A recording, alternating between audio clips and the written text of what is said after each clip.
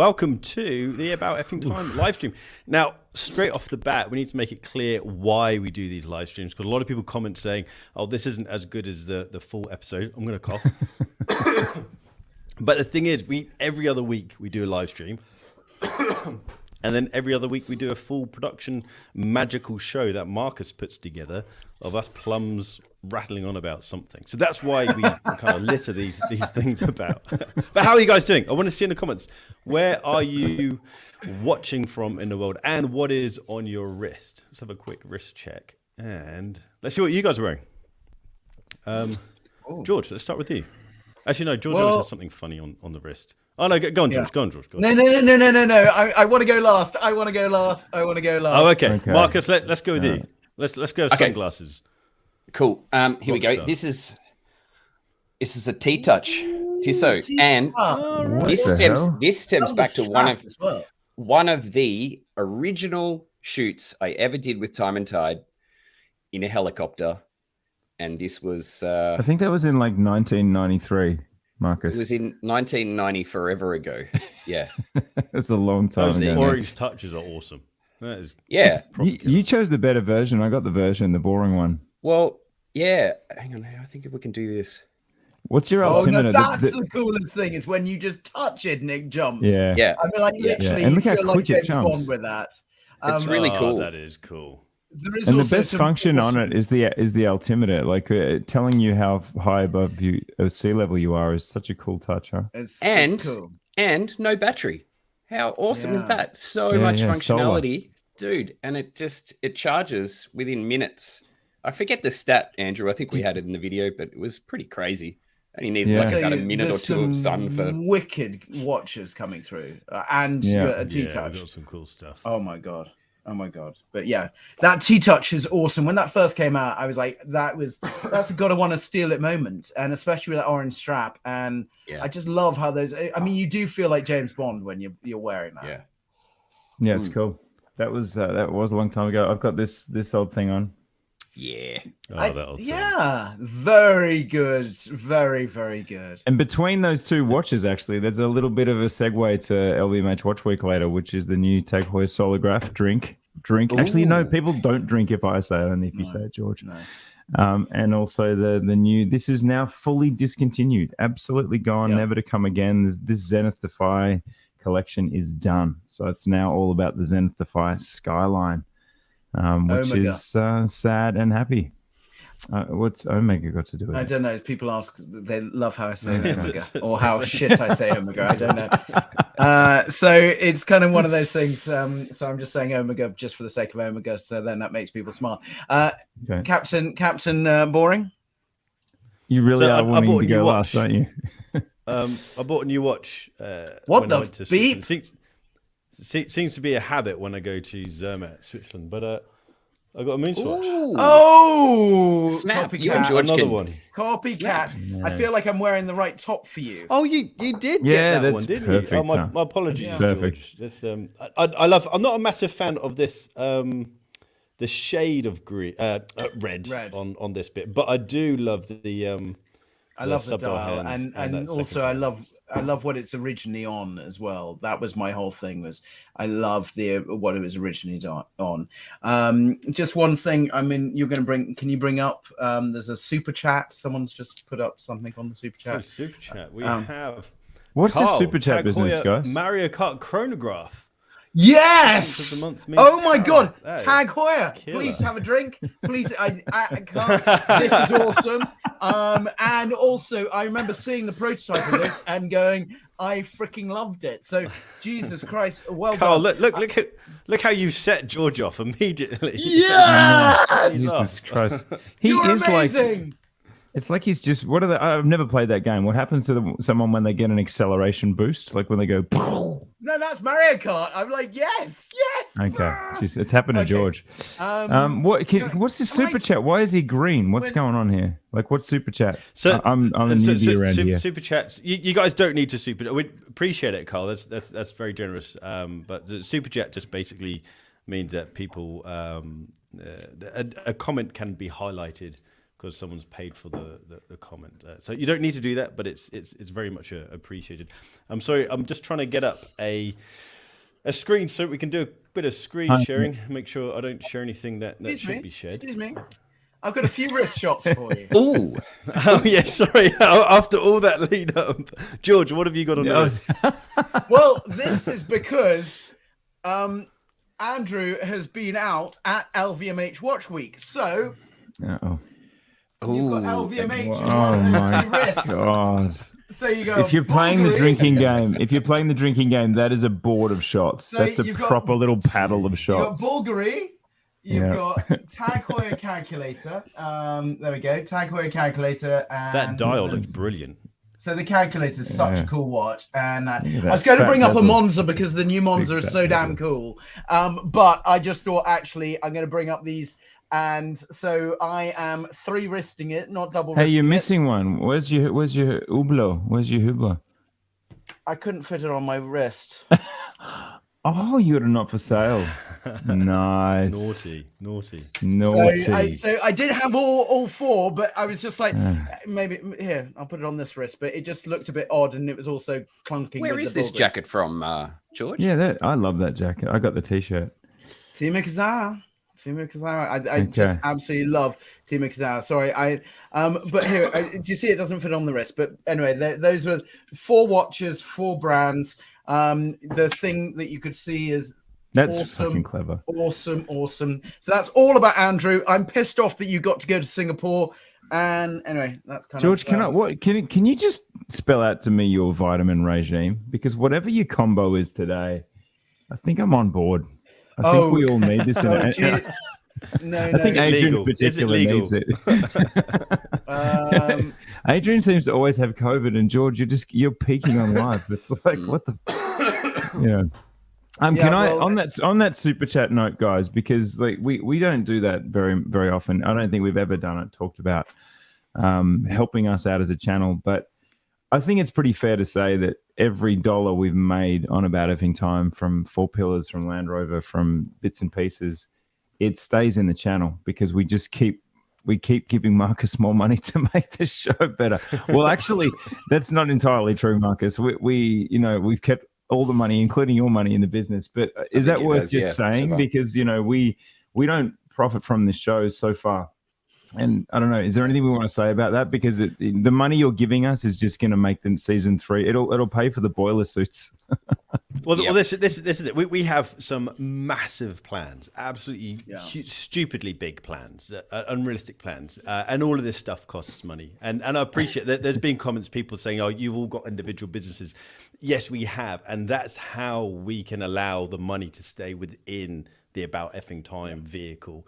Is that we live off our individual businesses, and we want this standalone unit to grow in power, and that's down to you guys, and that's down to the sponsors. So I appreciate there's lots of sponsorship going on, but that's simply because we have big plans ahead. It's not that we're all off going big, huge, expensive watches. Yeah. It's we've got fun things lined up. Definitely. We do definitely. That's planned. Andrew, I kind of feel like we should have a rundown. Okay. Of LVMH, because I'm LVMH not a Watch massive. Week. I am jealous. I wasn't jealous initially because I'm not a huge fan of some of the brands, but when I saw the watches that were coming out, she's starting on fire. George, I need some of that energy. I know, so do I. But when I saw some of those watches come out, Zenith were killing it. Yeah, nice. What the hell is that, George? What is that you got there? Oh, sorry, I've not been sure yet. Yeah, that just looks like a pig's ear case. So let me tell you a little story about LVMH. We're not. Yeah. And I feel like I'm just slowly romancing a spider. I'll get to the point. LVMH Watch Week is a relatively new development. It started in 2020 in Dubai. And it was at that time, that was the greatest watch fair I'd ever been to, because I associate watch fairs with just this absolutely full-on relentless hustle of appointments and interviews and, rolling little suitcases on wheels around. Actually, Felix used to do that. I used to carry my bag. Remember, Marcus? I used to have this super heavy bag that I would just truck around and it was unpleasant. It was incredibly hard work, and you just never seem to be on time. You'd start the day on time, and then progressively you get later and later for every single meeting, and that's what I thought a watch fair was.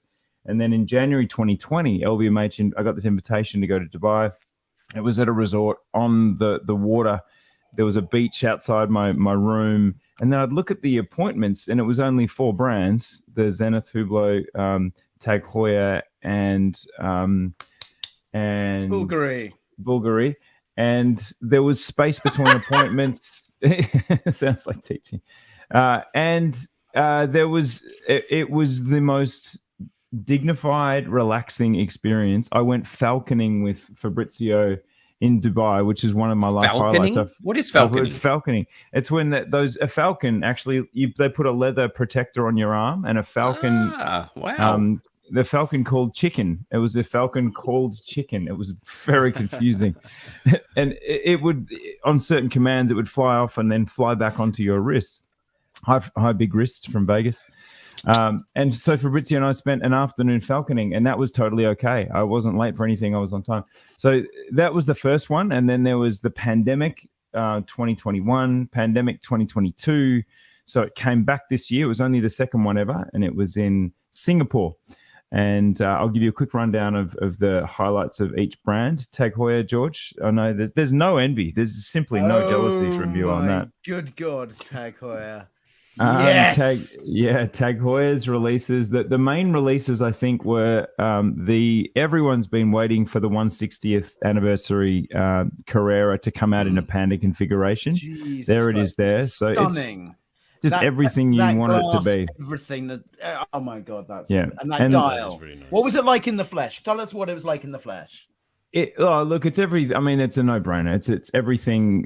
That's the best version. That's the best case for the Heuer 02 yet. And that do you guys want some big news that probably wasn't broadcast? That is the last ever Heuer branded Carrera in that case. Oh wow! That case does not recur. That is done. So there is something coming in March. We've seen it. I can't talk about it. There's something coming in March that will replace this case.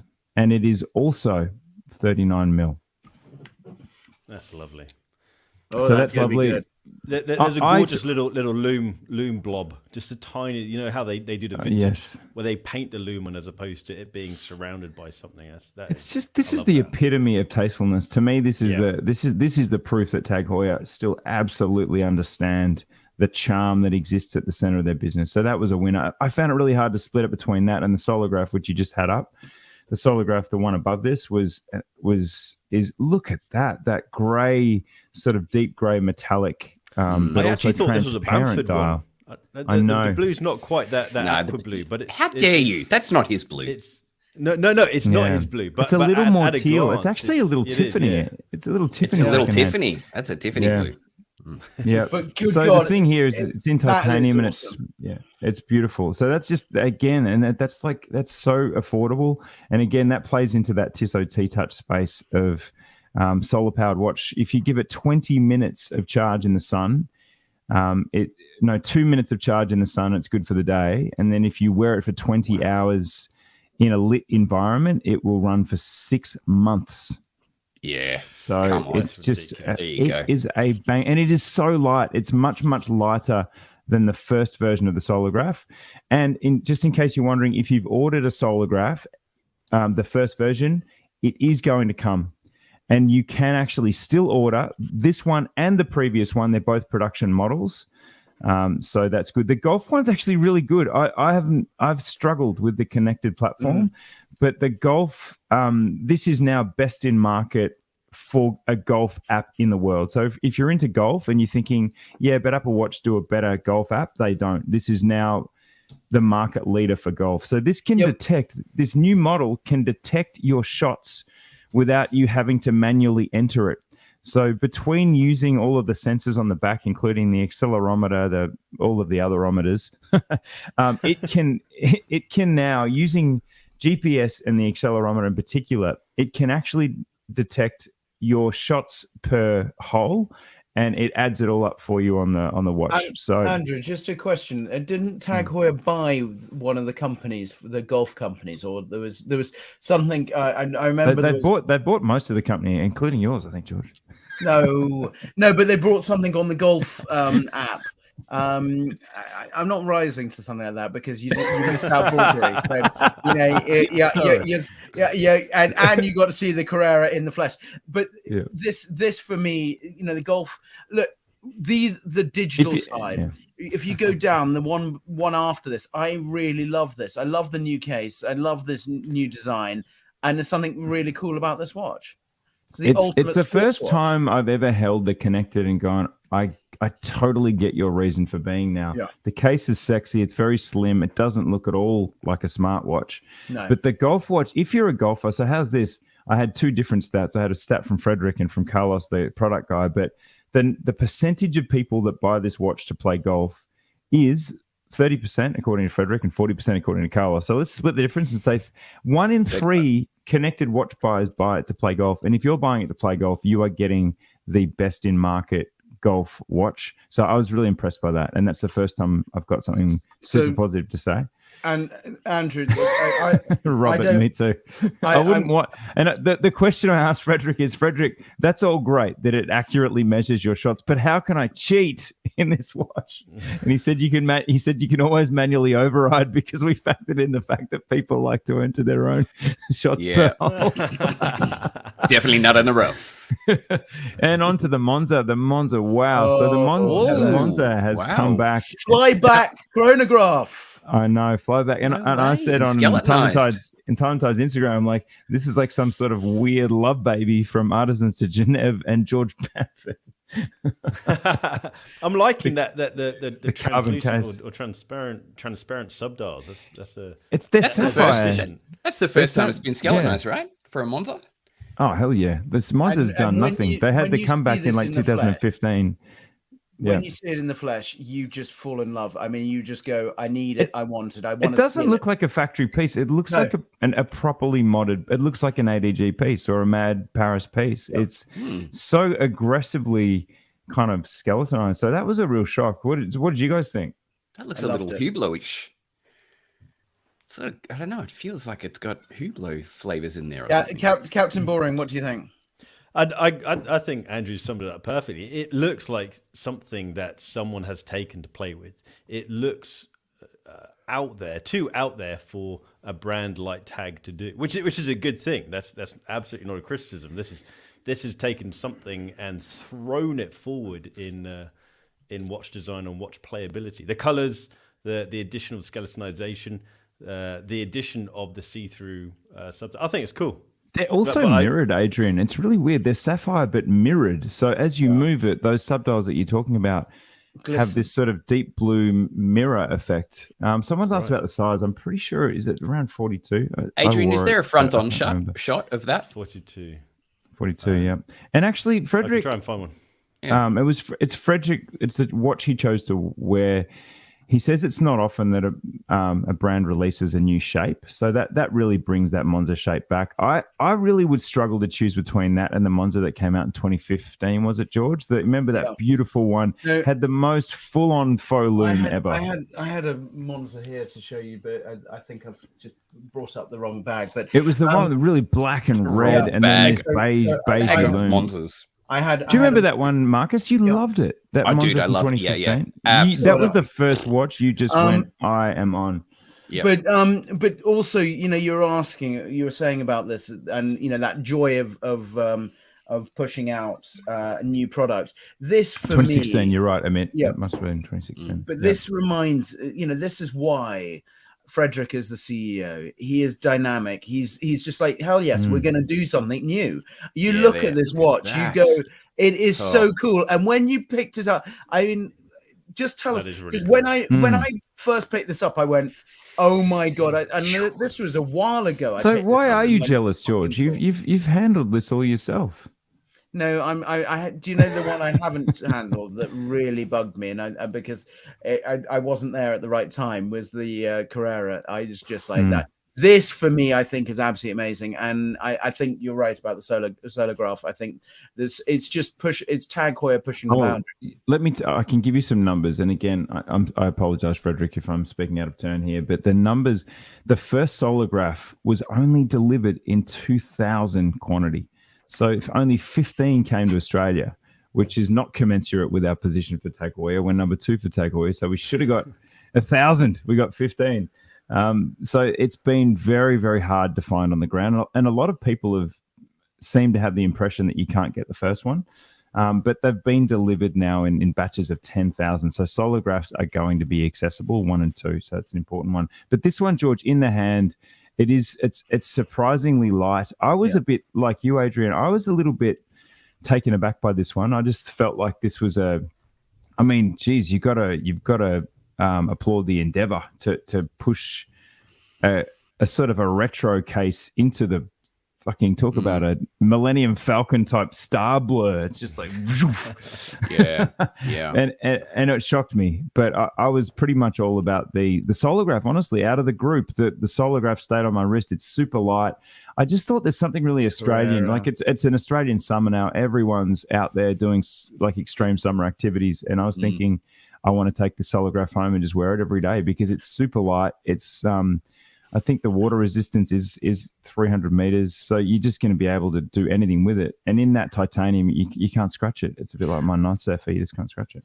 Andrew, can I move you on to Zenith? Sure. Because I want to talk about Zenith. Yeah, so the crowd favorite from Zenith was not this watch, not the Glacier. The Glacier is cooler. It's got this really unusual dial that glitters. I am in love with this thing. It's a Royal Oak beta. You know, when you offshore Royal Oak, this is their kind of like, this is the. But I prefer this between the two. Yeah. And also when you put it on your wrist, you go, awesome. this is a cool watch. That's the thing, George. Like the Defy Extreme is just such an ergonomic beast. It is. It's like seriously wraps on, and it just doesn't want to get off. And I agree with you. Like I said that we talked about Emmanuel Guillet, who is the chap that had the unenviable job of evolving the Royal Oak from Genta to the Future. And Genta apparently stormed out when he saw Guillet's offshore design and said, "You have ruined what was. You have ruined my design." And he stormed out. Wow. It's one of the most dramatic scenes that gets mythologized. But this is what I agree. I think this is a much more ergonomic version of an offshore style. But this was not the highlight for me at all. The Defy Skyline skeleton has really taken the... I like how they've done the skeletonization on this as well. Oh, my gosh. They've turned it from a 5-pointed star to a 4-pointed star. So if you look at, if you can get me, I don't know if there's a way to compare what I'm showing in the hand right now, but my 5-pointed Defy. I don't know why I can't. Oh, right, hang on. I can. You can't nominate. Can you nominate who's?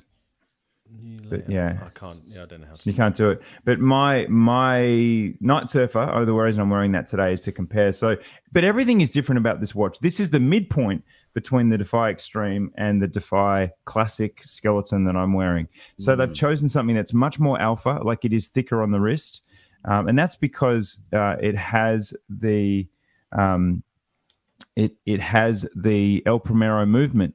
That's so great. That 1/10 subdial that, hey, Adrian, I said, Adrian Barker has a question. So I made sure they all knew it was from you. And they'd all look at me attentively and I'd say, why?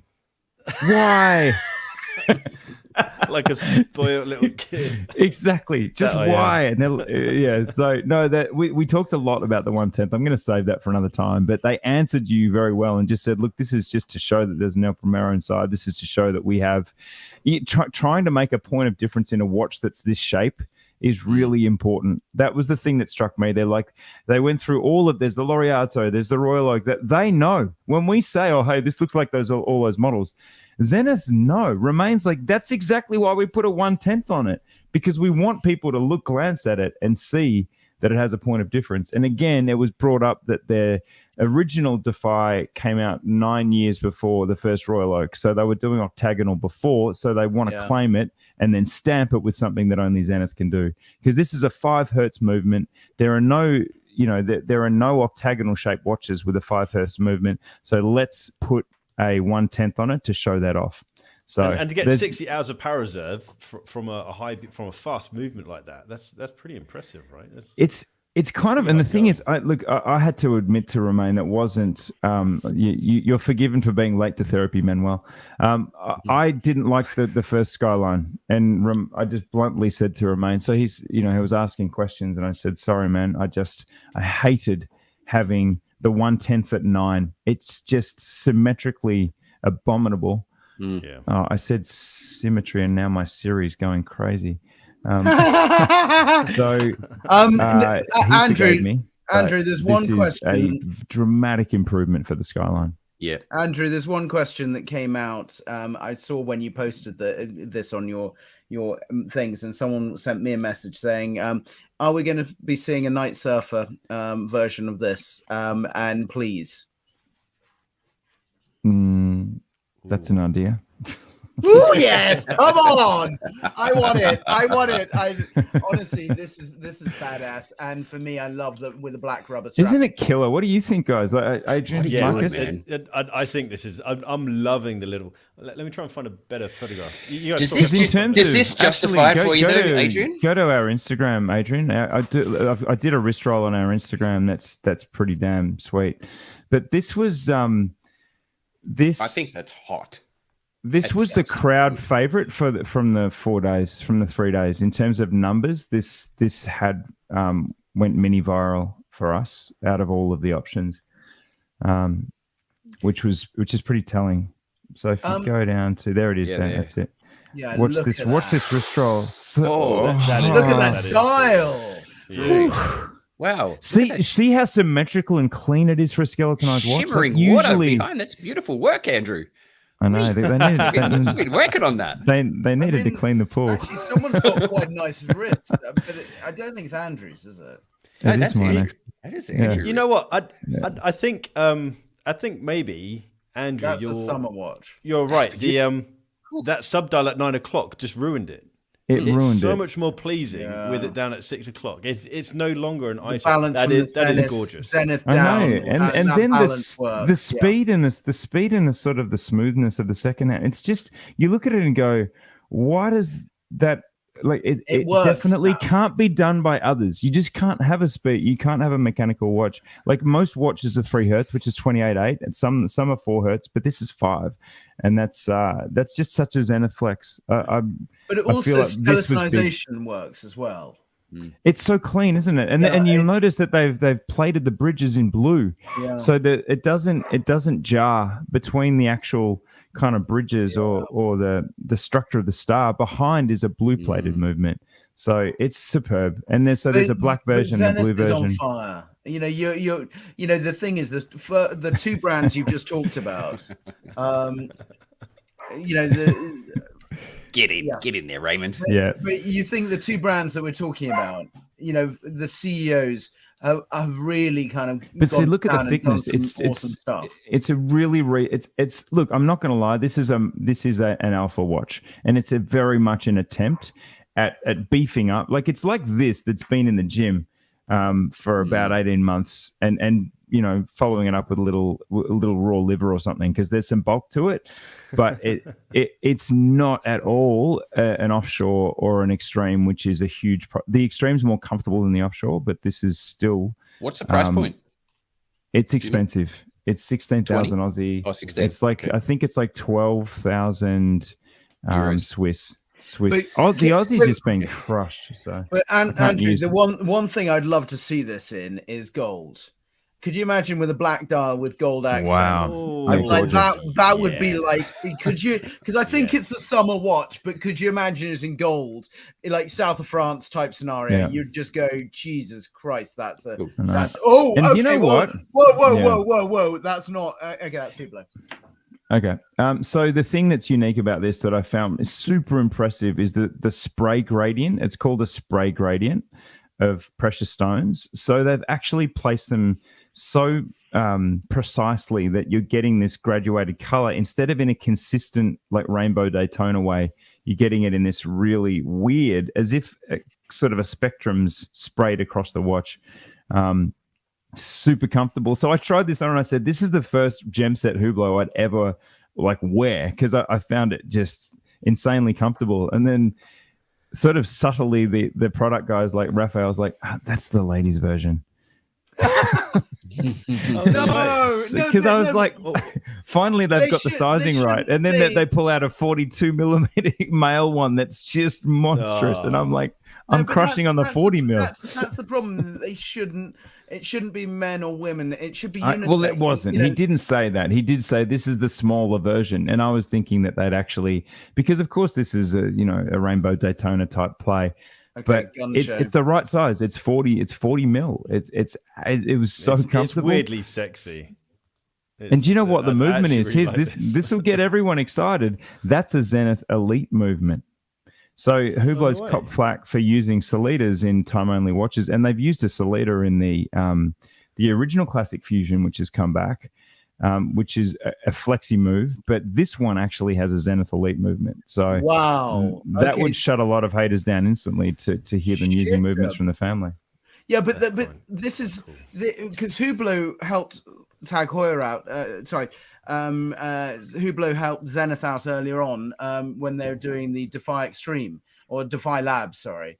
And so this is now coming back at full circle, and it's helping out another member of the family. Freaking frick.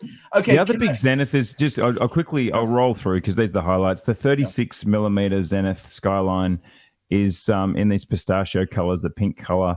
They're really popping and fresh. And the metallic dial is, I did this one in low light to show how much it sort of picks up light. It's really cool. There's a pistachio one as well.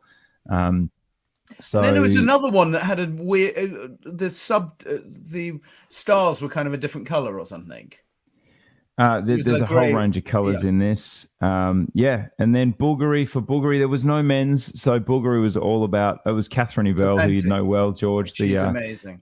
He is a dude. Yeah. I'm like, oh my God, you're lucky. Okay. Yeah, Australia. And this is the turbo gas with diamond setting around it. The turbo gas is just so cool. It's 80 years old. The technology of the spring inside this watch is just awesome. Like to play with it is really fun. I've actually got a shot of me trying it on and doing a wrist roll with it. I didn't post it, but that was cool.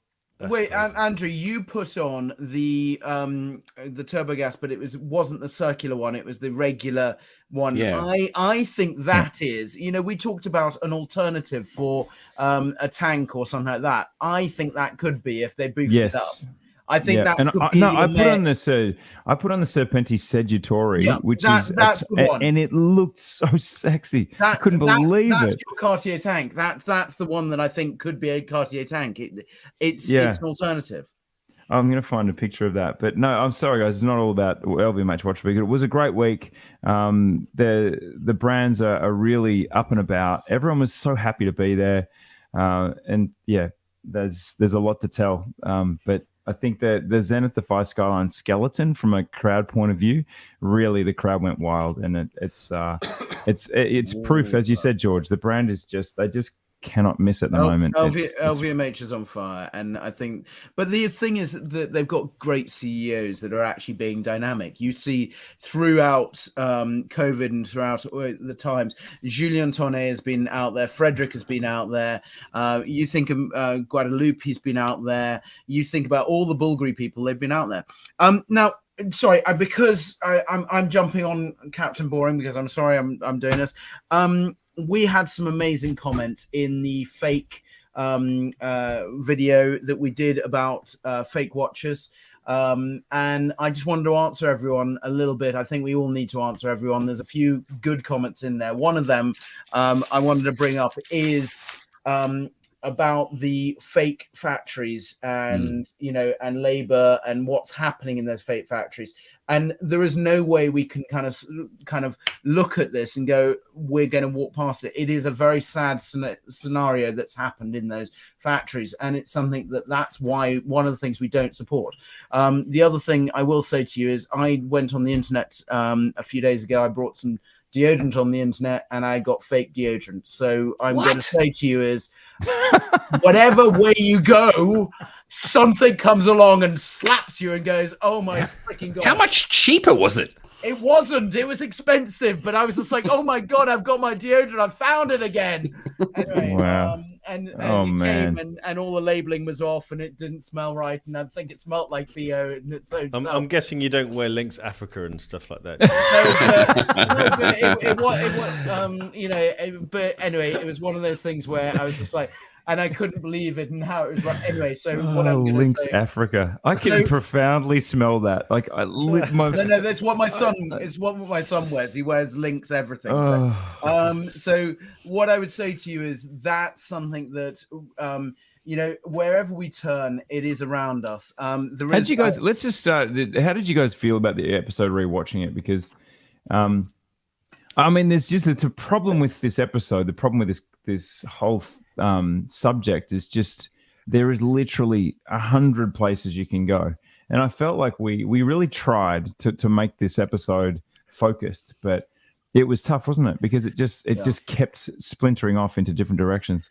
You're absolutely right. There's so many. It's a big web, and there's so many questionable areas, debatable areas, especially around the thought of customizing. It's like talking about the artisan Genève, taking a product and adjusting it. As soon as you do that, you could debate: is this now a fake version of that product, or how far can? There's a company who make red dials and red bezels for Submariners, and it says Rolex on it. Well, Rolex never made a red dial and red bezel, and the question could be: is that now a fake, or isn't it? And as soon as you open that watch to modify it, you've voided the warranty. So it's actually again, there's that sense of, is this even a Rolex? Because part of why you buy a Rolex is that hermetic, vacuum sealed perfection that comes with the watch. Sorry, George, I know that I'm flying in the face of your previous business model. But I really but honestly, that's why I linked up with the brands I do. I'm so pleased. Hey, watch Mike do. Thank you so much, Mike. You rock. But no, I do you know that. That is what I would say to you about modification. That's why I partnered up with the brands and why, so that it comes to you correct. It comes to me correct. It also goes out correct, and we also, everything gets approved by them. So the thing is, we're part and parcel of the solution. The other thing about it is, and this is where you've got it, is I think you're in there are some odd places at the moment, and you talk about Rolex customization, but you look at other customization. People have asked about car customization. But then, if we go down this route, one of the most expensive cars in the world is a Ferrari 250 GTO. What I mean is a production-ish car, and it's about 70 odd million. And you think about most of these cars, they've been crashed, they've been driven, they've been, bashed, all those things. Is everything 100% on them? But you could send it back to Ferrari and get them to say, yes, this is 100%. Well, is it going through the same production systems? Is it, so the question is on all of these is what is that case? My opinion on it is I do think it isn't different. A Rolex, but it's still a legit watch. If you customize, if you take a Rolex and you skeletonize a dial or change a case, it's a legit watch. It's still a Submariner. It's just not a production. And the thing, Adrian, is because if you go to Omega and you see the facility where the place where they actually case and assemble the watches, there is a constant vacuum running in that room, so that there is not only no dust, but any particle is getting sucked into vacuums in the ceiling level and at the floor level. So you're guaranteed, because if you've ever got a watch where there's a particle inside it, it's the most irritating thing you could possibly imagine. Like, certainly there are worse injuries to a watch than just seeing but I once saw a hair. I got my watch serviced and it came back with a hair inside the case back. For just free? A lovely little, I don't know, some watchmaker's pube. And I was like, this can go horribly wrong when you're not getting your watch back from a hermetically sealed environment, and that's what you pay for when you're paying 10,000 plus for a watch. You want a clinically vacuum sealed hermetic little thing on your wrist that is almost like, perfection on your wrist. Whereas as soon as we modify, we humanize, and as soon as we modify, we get pubes in the case back. But maybe there was a few comments, definitely, which were people going, okay, tell me the difference between a Frankenstein, a customized, and a fake. Okay, so I can. George, that's got to be you, a, baby. I've got to run a few things. So Frankenstein is when it is like Frankenstein's monster. The crown is from this, the bezel is from this, or the case is from this watch, and the dial is from this watch or being printed dial. The hands are like this, and the whole thing's put together as a Frankenstein. I made Frankensteins. My Breitling Navitimer, that was the first ever watch I took to pieces, was a Frankenstein because the hands are wrong. The glass has been broken X amount of times. The crown was off an angle, it went back to them. So there was a few things that aren't 100%. So that is what I would call a Frankenstein. A fake, we know what a fake is. A fake is very much nothing is like that. So a fake Frankenstein. And what was the third one? Sorry. And the customized. So personalization, that is very much that's what I do, and it really sits in this place of making something unique for a customer, but it is, for me, it's approval by the brands, so it's working with them to create personalization. Interesting. So personalization for me, but this is how I class personalization, is very much working inside the brands, but you go back in time. And personalization happened.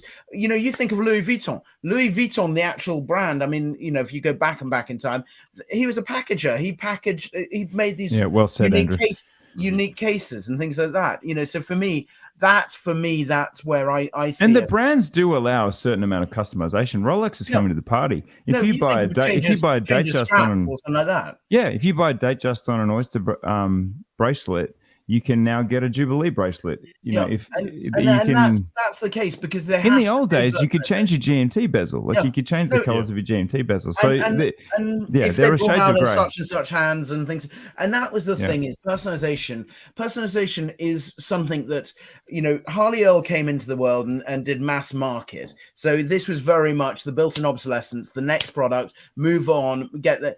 And what personalization was before this was you would have a car and you'd have it forever. You would, and it would be yours and it would be your thing. And I think that's where we're sitting on. Personalization is going back. We're wanting our individual take. You think about all the watches you just said about Andrew, and you've said, okay, this is this is that. People want to have their own take on this world. They want to have their own watch, and they don't want to be the same clone as everyone else. Calling Captain Boring out for buying an Omega swatch that's identical to the one that I was wearing. But anyway, fine. Don't worry. Just don't try and customize it, George. Please resist the urge. I'm not sure it'll survive.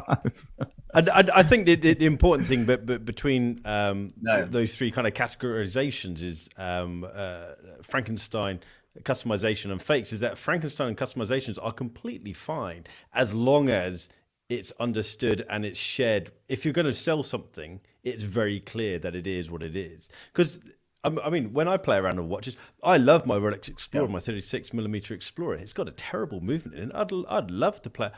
My romantic side of loving that watch wants me to keep it as it is, but I'd love to put a nicer movement inside, put a better dial on it, essentially just get the next model, but I want that watch. And so I think both Frankenstein and customizations are fine as long as the next buyer is aware of it if you do go to sell it. We've got a super chat here. Did we get this? Did we get Chris in? Oh, no, Chris. Luxury Bazaar. Chris, thanks very much, buddy. And I would like to take this opportunity to answer Chris's question from earlier. He asked if I have 19mm NATO straps, and I do, and my shop is back open. That's enough shit. Did he really ask There was that a lot of questions about your shop on the comments. Oh, yeah. Really? Comments. Yeah. Well, the shop is back Adrian, open. when is it open? We had to close it because of the true. Royal Mail strikes, and we didn't make any money over Christmas. So yeah, there we go. I wasn't lying. I wasn't trying to shill. I am shilling, but I wasn't lying about shilling. Really? Adrian, but thanks, Chris. Chris, thanks very much, mate. Adrian, can I jump in and ask you a question? You went off somewhere else. Yes. So basically, I'm the only one that was stuck in the UK. Marcus has kind of like been stuck in the studio editing the next episode. So basically, the two people have been working their asses off, and you two have been on a jolly. So tell us about the jolly. I know, you fucking hell. You've been really on a jolly. Come on, I want to hear all about it. I don't know. Looking at the picture of you drinking that drink, it didn't look that jolly. No, I'm with a snowboard. I'm like, come on, you know. I'm trying to find that image of me. I love that image. I can't find that image, but I went snowboarding with Oris. Every year, Oris do. That's good, Andrew. That looks brilliant. Sorry, this is what I was trying to find before. This is the Sagittari on the wrist. Come on. That's your Cartier tank replacement. That is. George nailed it. Your Cartier tank replacement. Go. Yeah. Catherine's actually asking, she's saying, would you start this trend and wear it? I 100% would unironically wear that. Yeah, come on. But when I was out there, I said look at my suit pants and my lower pianos. You know, that hey, Jizzy Ninja. Jizzy Ninja. Jizzy comes with a $10. Oh, yes. Wow. I'm sorry, Adrian, I jacked your story, but no, yes, absolutely. That looks beautiful. Gorgeous.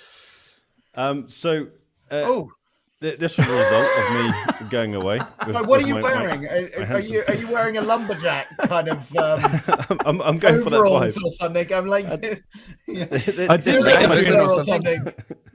didn't know if you were getting upset, so I stopped sending meme entries, but someone wrote that you look like a sad swamp fisherman. I felt like it. Can I just give a shout out to my zip? I didn't like the zipper that came with my my snowboard. I don't know what you call them. Overalls? No, yeah. And so I turned a NATO strap into my into the zipper. But basically, every year Oris do Oris do an event where they showcase the watches that are going to be launched for the coming year. And the awesome thing about Oris is that they do things on brand. It isn't some fancy hotel, some fancy restaurant. I'm going to do a video on this. But they do something really on brand. And it's going to Zermatt in Switzerland. This place here, genuinely my favorite place on earth. It's just mind-blowing. Climbing in the Matterhorn, it's fucking cool. And then that little Bond train, the train that goes up. Adrian? Huh? How'd you get this shot? That's just my drone. That is your drone. Okay, cool. In vertical. Wow. Nice.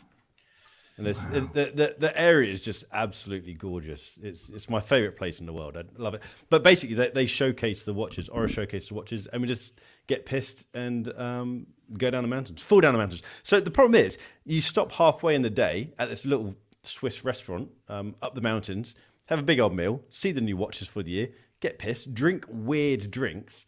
What was that drink? I don't know. It was horrible. It was basically warm alcoholic cough medicine. So sorry, you're telling your wife I'm on a real hard work trip, and then that. Oh, I was working really hard. How much rubber? Yeah, it's. The problem was I was after drinking. Yeah, it kills you. I can't snowboard when I'm drunk, and I kept falling over. It was horrible. The last part of the day was terrible. But yeah, it was a very hard-working trip. Yeah. I love how someone's just said here, they've called you, they've modified you to Captain Boeing. Maybe that's because you're super fast down the mountain. But they said Captain Boeing. Check out the color of Captain Boeing's snowboard gear. It's like honestly, dude, you look more like a Melbourne barista than a. No, I just love that. It's kind of, and also the grey top underneath that brown and black. It's perfect. What other color top would you have? That's the only color top. I don't know. I kind of think I'd do black with that brown, but anyway, I look like a Hublot gem set piece when I'm snowboarding. Oh, okay. I'll bring up a photograph of me in my actual. Let me. I don't. Okay, you're just trying to prove that you're Captain Boring. It's fun. It's fun. Oh man. And someone just asked about the boarding barista. I actually do use a mic. I'm just using these to listen. So he's literally shouting so loud the whole world can hear him. Can you hear me now? Hello. Yeah, that's good, George. That sounds good. Yeah.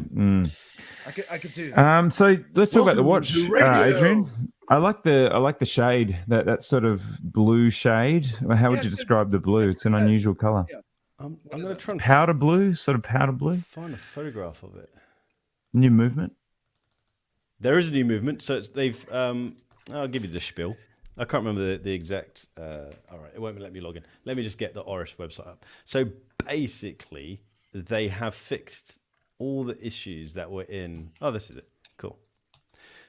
So this is a new watch. It's a pointed date. They're standard, but it's got this sexy blue dial. The thing is with this is that it's a manual wind movement, and what I like about it, I'm a massive fan of Oris, so I'm going to be gushing. Look at that. It's fucking gorgeous. But the thing about this movement is on the back, this has 5 days of power reserve. Because it's manual wind, they wanted to add a little power reserve indicator. They wouldn't tell us how they do the indicator. Is that going to zoom in if I do this? Yeah, keep going. Yeah, there you go. That's it. Yeah. Sweet. So the power reserve indicator is patent pending. It's a clever wheel with a spring inside the wheel. It's quite hard to see. They wouldn't tell us how it works, but it's double barrel, and then this little power reserve indicator sits in the middle there. I just think it's a sexy watch. They fixed the little jitter that happens when you set the time on the caliber 400. What else have they done?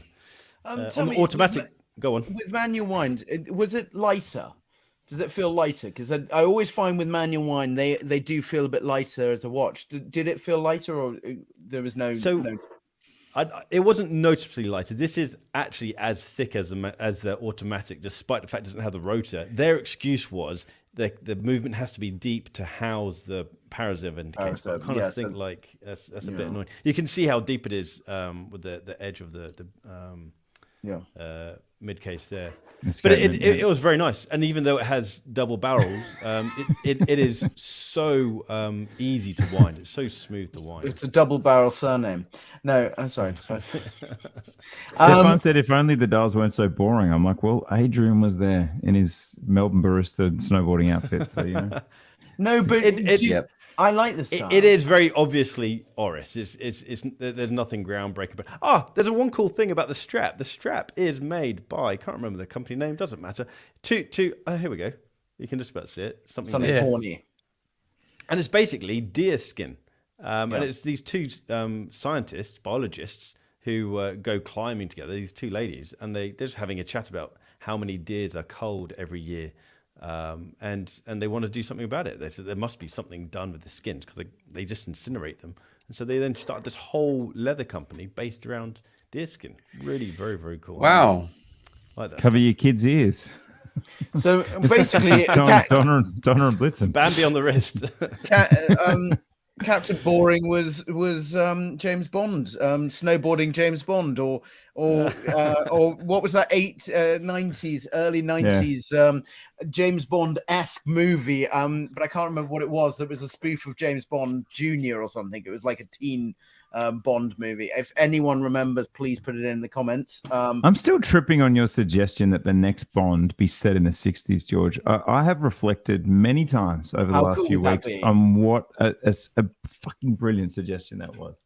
And a lot of people agree with me. I actually brought it up at LVMH Watch Week about 15 times because I'm like, could anyone here make this happen? Could anybody here help us make this happen? Good would it be if it was based in the 60s, but they wrote like it was they were writing a movie back in the 60s? They didn't write it with this like Teen Agent. That's you know what I mean? Oh, just to ruin this dude. Teen Agent. That's what you are, is Teen Agent. I mean, like, just bring up Teen Agent. No, he's a badass. I wouldn't mess with this dude. He looks like an astronaut or an alien. Yeah. Anyway. I actually don't. I accidentally bought the female goggles. I had to buy whatever was on Amazon next day delivery. I don't think anyone noticed. We have had a good week, haven't we, guys? Well, certainly us, Adrian. Yeah. And when did the lurgy come back? Was it the vestigial existing lurgy, or was it something new and exotic from that drink? Oh no, this is carrying on from the previous. So I've had this since Christmas Day. This is wow. I've just got a bad immune system. No, George, where are the hats, brother? Where are the hats? What's happening? Because I'm really waiting on those hats.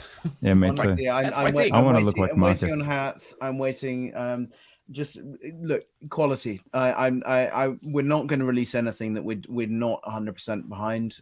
You've usually got prototypes sitting around of all our stuff. You're like, oh yeah, this one wasn't quite right because the stitching sucked. This one, so you guarantee. Yeah. Are we sure about that? Is that going to happen? No. Yeah. Yes. We are going to do that. Yes. Okay. Are we sure? Yes. Just do it. Show it. It's a cool card case.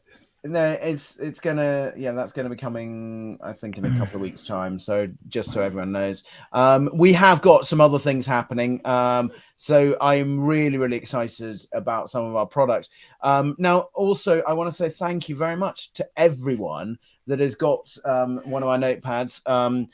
Fun with Pens. She's the greatest. She has just been writing loads in it. So I'm going to call you out and just say you are a rock star. The other thing is, as we talk about independence, go and follow her, because it is awesome to follow what she does, and we love her and what she does. But yeah, we've got some more product coming out. Of course, we've got the season 2 stickers and loads of other things coming out. But I really am. We are pushing with some new designs. But we're also doing some stuff that I think for all of us, they're just fun. They're things that make you smile. They're things that will make you smile. Oh, look at this, Anthony Manfredi. Please step up to the plate. Wow. I have a JLC Master Compressor Geographique. Ooh. But it came in a leather which doesn't match overall aesthetic. Yeah, I agree. A lot of watch brands don't do leather straps correctly. No. They're always a bit off. Either it's lastminute.com. or it always feels like. Apart Can from we bring it up? Why don't we bring a picture up? Let's do this. I was about to Google it. That's rude. Let me. Yeah, we'll get that exact reference. Reference number. But you're totally right. Compressors don't match leather. I agree with that. I think, I always think the rubber. Apart from a Bark and Jack, I like how it's actually excluded you from the answer. That's fair, Anthony. I think something like a Cadora or something like that would be really nice. Or even one of the recycled ocean straps would be quite cool on this. Okay. It's a cool watch. Let me get. I'm not promoting. We're not promoting. We're not endorsing. Let me try and find something which we're not endorsing. Underrated references. The master compressors are stunning. But this is JLC back. This is JLC doing some crazy stuff. It's this for me. They did a gold one with a brown leather strap like this, and then they did this. Wow. They did this one that was.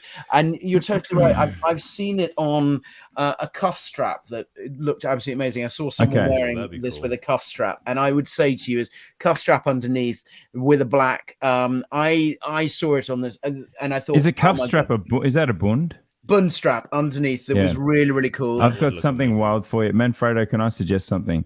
I would suggest a padded sailcloth strap with contrast red stitching. Yeah.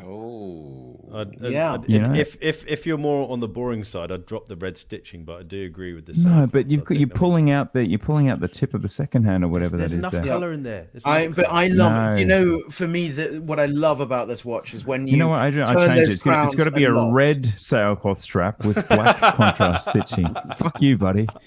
But I tell you, I love how you change the thing. I love how you can rotate that bezel. All of those. The master compressor chronograph is one of the is a watch. I promised I would never talk about it because I want to buy it and I don't want to inflate it, and I have a terrible habit of hyping pieces. But honestly, and the master compressor chronograph is something that I love, and it was the first removable strap that was actually quite cool. So, Breguet, ooh, it's controversial. Why? Look, explain. It's an aviation themed watch, really. So I would say no, because we're going motorsports versus aviation. But let's pull it up. I guess is probably this is the most. I'd say that they're so different watches. Yeah, they are. Just aesthetically, that one has traditional touches to it. I'm going to try and get a bigger photograph up, and the other is relatively modern. Artistically, this is very pretty. This has very sexy curves to it. But I guess in some ways, yeah, it's aesthetically it's comparable, isn't it? I'd say it's. I guess pushers, what's three the register context chronograph. of it being an alternative? I'd just say they're two different watches. This looks very nice. But I was incorrect. I thought this was an aviation theme watch. That's the XL. So yeah, I think it's a good point. If we're playing that game from 2 episodes ago of alternatives, I suppose that's the one I was thinking about. This is my jam. Nice. I like this. I like this. That is awesome. That's Marcus. Remember, we saw that and it freaked out completely. It's just that moved bezel me. and I how thought you were they've done talking it. about that one. It's cool. Great.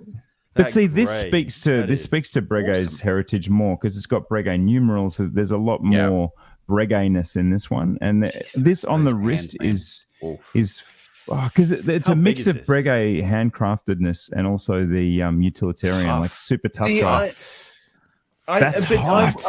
I wouldn't see it as an alternative, but I would say that you'd have more people asking you what you've got on your wrist. Look at the finishing on the rotor. This is really hot. Yeah, so this is what I mean, the Type XXL. Yeah, but people will ask you more about what's on your wrist if you've got something like that on your wrist. I want that. I want that. You do on the other side.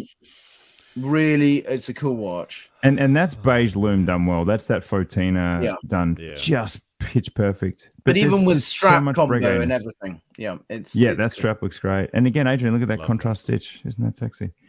Oh, this is this is. I am excited right now. This is gorgeous. So that's the one. And good point, Jose. And another watch. Watch The Daytona. Get this. Yeah. And I agree. That's the one. There is alternatives to getting secondhand watches, and maybe you go and look at some of those as well because prices probably will be good on them. I've never known if it was Type XX or Type 20. Because I'm whatever I said, it was the other one. I can't remember which is which. But XX just sounds cool. I feel like Vin Diesel with Triple X. You kind of go back to the old movies. It's like exactly. So guys, can I divert us just briefly because I am sitting here. So what happens, guys, behind the scenes is that we talk about what episode's going to be next, and then we sit basically holding our breath for Marcus to give us the first draft. And the next episode is 100% my favorite episode from season 2. Yeah, same. Are you the same? Yeah. And it was. I haven't seen it yet. No, neither have I. I'm waiting for the link. Oh, fuck you guys! I thought I had. I was no, I haven't seen it. No, no one's seen it. No one's seen it, George. I'm taking this moment back. I was like, you're giving love to those guys and not to me. What the hell? Don't worry, no one's seen it. Well, there's going to be some comments about our crosstalk in this episode. It hasn't been great. But it's because we're excited to see each other. I haven't seen you guys for the last couple of weeks. But what can we say about this? Because I do want to give this a little ramp up. Like if you're going to watch anything as it drops, it's this episode. George, tell people what this episode was a little bit about. This was about me trying to win. It's not that usual. Yeah. Hey, don't give it away. No, okay. Basically, we got given a challenge, and the challenge came in, and it was quite a big challenge. And I think we all thought we'd kind of got into that challenge trying to get around London. Your bravado about winning was just so repulsive. Like you were just, it was so pleasing to me that you didn't actually win. What do you mean? Anyway. You don't know that? We don't know that. Sorry, we haven't. What Sorry, the? You said it, George. You said it, George. I just said. I said. But I think big news, guys. The reason this episode slaps is we left the studio. Mm-hmm. We didn't. We shot the episode excursion. Out of the studio. Yeah. Pack your lunch. Pack your lunch and frozen drink. Pack your camera in your lunchbox. Marcus, you got to ride with George, which was fun. That's great. Marcus had a buddy, I had a buddy, and we went and we had a mission. And it's I think the reason I love this episode is why probably you should super chat us if you really feel generous, because this is what we would do. If so, we have 1,000 commenters on average per therapy session. If everyone gave us what Manfredo gave us, we would be able to do this more. And this is what I want to do. Is that, you know what I'm saying, guys? Like this is us actually living our best life if we had more money. and I think we're kind of, with this episode, we kind of show the concepts of what we want to do. And because it was all shot on iPhones and I was vlogging it, I think we kind of introduce an idea, and once we can hire a big production team rather than we all doing it ourselves and do it on phones. Yeah, I don't know. I like the run and gun. Cool. I like the run and gun. Honestly, I just think it could be even bigger. Like season 3, season 4. Guys, this could be massive. I don't think it's about cameras, Adrian. It's about the ideas. We've got just great ideas. But that's my point. Is that we're just walking out into the street. It's like, what if we got on a plane? And walking, I was running. I ran like a lunatic. And then when I got back, I came back just drenched with sweat. And George, I need to explain why I've been a little mean to you. I come back drenched with sweat. George is sitting there just like, no, I was asleep. He was asleep because he'd been back and he's gloating about having just nailed it. Thanks a lot, mate. So...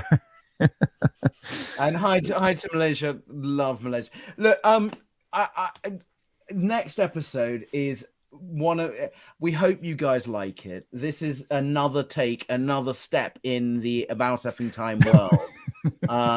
And I'll tell James Cameron to hold off then, because we had him set up for the next show.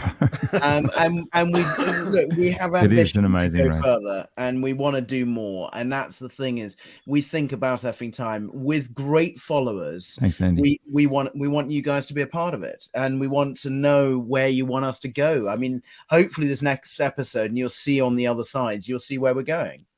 So that's my bad. That's what I mean by bigger production. Oh, yeah. There you go. Rather than just running into shops, let's get in some fun stuff and play. But see, the thing is, right, it's not action for action's sake. Like it's kind of like what we would do if we were just in a room saying, all right, guys, come up with your best watch for X. But we actually had to go and find it, and it had to be in the hand. We had to actually source it, and that was where things got tricky. Don't give too much away. Don't give too much away. Okay, all right, I'll stop. We've done enough teasing. We've been going for an hour. Have we got any quick fire questions that we can blast through? Yeah, let's fire through some questions. Anyone? Yeah. I hope that happens. Bad poetry reading. I'd love that to be real in 10 years' time when we're on Netflix. Right. Yep. Target season 5 on Netflix. That'd be so much. Can we make it season 4, Zach? Season 4. Anyway. Yeah. Hey guys, can a question? Just to stew on is like we're going to do Watches and Wonders as a gang. I think we can admit that. We can reveal that, or did I just? Yes. We're revealing that. What would you want from us that you don't get from Watch Fair coverage? Obviously, Time and Tide gives impeccable coverage. What would you want from us that's different? Because we're getting to do. It's us doing a fair. George has obviously made us all a costume, which is incredible. But what would you like to see from us? Still making you a costume, but hand sewing at the moment. Hand stitching it. Because we are so excited to do something different and just to be ourselves, really. Like, this is what I do here. We don't do on Time and Tide. What we do here, what Adrian does here isn't on Bark and Jack. And George is obviously just the beast that's unleashed from his engineering cage. I'm not a journalist, and I can't wait for the fake bots to kind of be journalists. I'm like, it's going to be amazing. And someone asked, what's the color of this year? Honestly, I think it is going to be yellow, white, and black. Not grey. Yeah. I think it's about effing time. Yeah. Challenges. Okay. Yes. Rolex, I want more challenges. Factory tour. Oh, sorry. Yeah, go. I want more challenges. I think we can do more challenges. I think we can have a lot more fun on things. Should we go to Pride and Pinion and just drop in on Nico? I haven't seen Nico today. Is Nico okay? Can someone text Nico? He's usually pretty active. He might be asleep. Yeah. Or a bit of fun new stuff, and 3 of you jibber jabbering about what you are seeing for the first time. We could definitely do that. We can jibber jabber. definitely. Yeah. No, because the thing is, we're going back to Watches and Wonders because that's where we all met. That was the first time that I met Andrew and Adrian, and we've all been talking before that, and so this is coming back into the holy ground of where it all started. It is, and I got a little sentimental this week. I don't know what happened. I must have had a near-death experience, but I started really missing you guys. And then I saw Adrian posted something about 2 mil, so I went and had a look at our stats, and we hit 2.25 million views this week. And it just shocked me that we've never told the full story of how this happened. But thank you for being a part. This is about you. This isn't about us. This isn't a backslapping moment. You guys, you do rock. You give us so much support. Get Watch Gringo, 100% love to do that. But yeah, you made this happen, guys, and we're going to go back to ground zero as a gang in some sort of Mario Kart costume and just keep being us. But we will do live streams. We'll make sure that you see it all happening as it happens. Thank you. Guys, thank you so much. And really, we can't wait to see what you think of the next episode. Nice one, Simon. This episode is going to be I think it's going to be another chapter. Please do comment in that to us, tell us what you think, because we'd love to know. Marcus is kind of avidly looking at all of the messages. We are all looking at Andrew and Adrian gave me shit the other day. I do look at them, but I don't respond because I had problems getting onto YouTube. But anyway, that's my Can we clear this one up really quickly? We've gone over an hour, but who cares? Someone asked very specifically if it would be possible to have a manual watch with a digital face that changed color. Good idea. That was a great question. What did you think about that one, George? I absolutely loved it, and I did ask. It's already done a prototype. I said, how can we do it? What can we do? Hold my beer. No, but the thing is, this manual, there is one or two brands that have been trying to do it. And I love the idea of that because you think about it. I also was thinking about the V4, the Tag Heuer V4, because that had a belt system that had this weight, this counterweight that moved up and down. And I thought, could that be the thing that powers it? Like someone that's a cyclist that could, power this in another way. So you zoom it up, and so we've been looking at it. But the thing is, there is ways of doing it, and there is cleverer people than me. So I would say to you is that for me is the thing. I think that's why I'm putting it over to my great watchmakers and asking them, could this be possibly done? So I have looked into it. It's not like I'm gone. I was a bit Scooby-Doo and a bit like, oh, whoa, oh my God, what? Really? Yeah, I want that. So it's kind of like, but yeah, no, I think there is a way. But I don't see it anytime soon. I think it's a long time off. I mean, for me, there's a few projects I want to do, but they're going to take a lot longer. Is there any smartwatches out there which have analog hands? It's sort of like the yes, there is the it's one of those oh my God, it's one of those like tracker ones that show your health. And Second did it. Frederic Constant did one. Yeah. But Second did one with Sequent. That brand is Sequent. Sequent. So it's got some very cheeky dial text. It says cool. get your fat ass moving or something. I don't know, it's pretty cool. So yeah, no, there is some brands that have got it. I think that's where we've got to be on that. Look, I'm going to say is this has been so special. It's been amazing today. I agree, Andrew. I miss you guys. And the thing is that, every time I see these episodes together, but I feel like, Andrew, you're talking to my wife more than you talk to me. That's kind of even more scary. She's now talking to my wife. That's why we should be scared. Faye woke up and said, Leo says hi. I'm like, Leo who? She's like, Leo Bamford. I'm like, oh no, we're in this phase now. There's no turning back. So the thing is that we've become good friends. Even if we take the piss out of each other, we love each other, and we are so proud. I look at what everyone's doing and going, hey, I want to be at that party with them.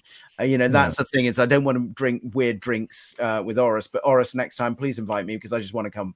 I want to come snowboarding and having fun. And then the LVMH Watch Week. LVMH Watch Week. Jesus Christ. I was like, I'm the super fan, and I didn't get invited. Andrew got invited. I was like, it's a Southeast Asia thing. It's actually, there's 600 million watch customers in Southeast Asia. So it was all about us. And then I'm lobbying Frederick to try to get a watch fair in Australia. I'm getting the yes, sure. And I hope that that's legit, because one day that would be so cool. And look, we would love to do a season down here in Oz, wouldn't we? Oh, no. Can you imagine that? Well, that was the plan. The season 3 was Australia. I mean, like, that was our big plan, was season 2 Scotland, season 3 Australia. We tried to do Glasgow, but our insurers wouldn't insure us because of all the liabilities of being in Glasgow. Yeah. I don't know. London, too boring of them. You only allowed the West watch in public. But Andrew, just on one thing, on a bit of a technical thing, on Tag Heuer, I think when you and I went out for drinks, and we were with a good friend of yours, she gave us some facts about their brand in Australia. You know, look, it's an unusual glitch in the matrix that I'm in a podcast with a guy who loves Tag Heuer, because my country fucking loves Tag Heuer.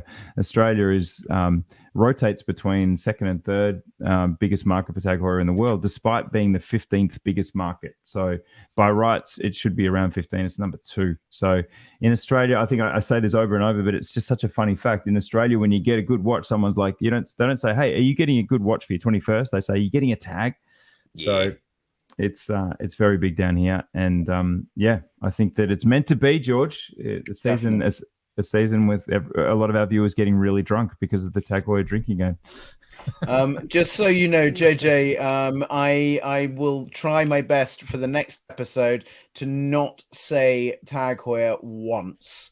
That will be my challenge. And drink. And there'll be a coin jar or something every time I say something for Tag Heuer. Is that good? Tag Heuer. So I'll get it out of my system now. Pity the drinking game, because I'm so drunk. Awesome, guys. Marcus, give me an ETA. When are we getting our first draft of the next episode? Because I cannot wait. Tuesday at the latest. What happened to? Am I tripping? It's just an epic amount of content to go through to get this one. Did my pinger just kick in? It looks like Marcus has got 6 eyes, 8 eyes. It does look like that, doesn't it? And just one thing, I wanted to shout out. Someone's just texted me and just said, "Can't wait to see you on Wednesday." You rock. There was a friend of ours that saw me in Australia, and I'm seeing him on, and he came especially to see us in our meet. Andrew, if you remember, there was a guy that turned up. Mr. LR. Yeah. So anyway, I can't wait to see you. Thank you so much, and you rock. I'm just giving you a shout out because I just quickly looked at my phone and I was like, "You rock." I can't wait to see you. Adrian, George is a lot nicer than us. I mean, we know that, but whenever George is at an event, he sends us he sends us the video where he's like, "Hi guys, missing you," and he does a little selfie of him and someone. Like, we didn't get that from you or I the last week. No, I got nothing from you. I was like, I'm sitting here going, yeah. Okay. I think we're out. Thank you so much to everyone, and you guys rock. Yep. Thanks very much, guys. See you in the next episode. Guys, have a great night. Thanks so much for joining us. Take care. Ciao.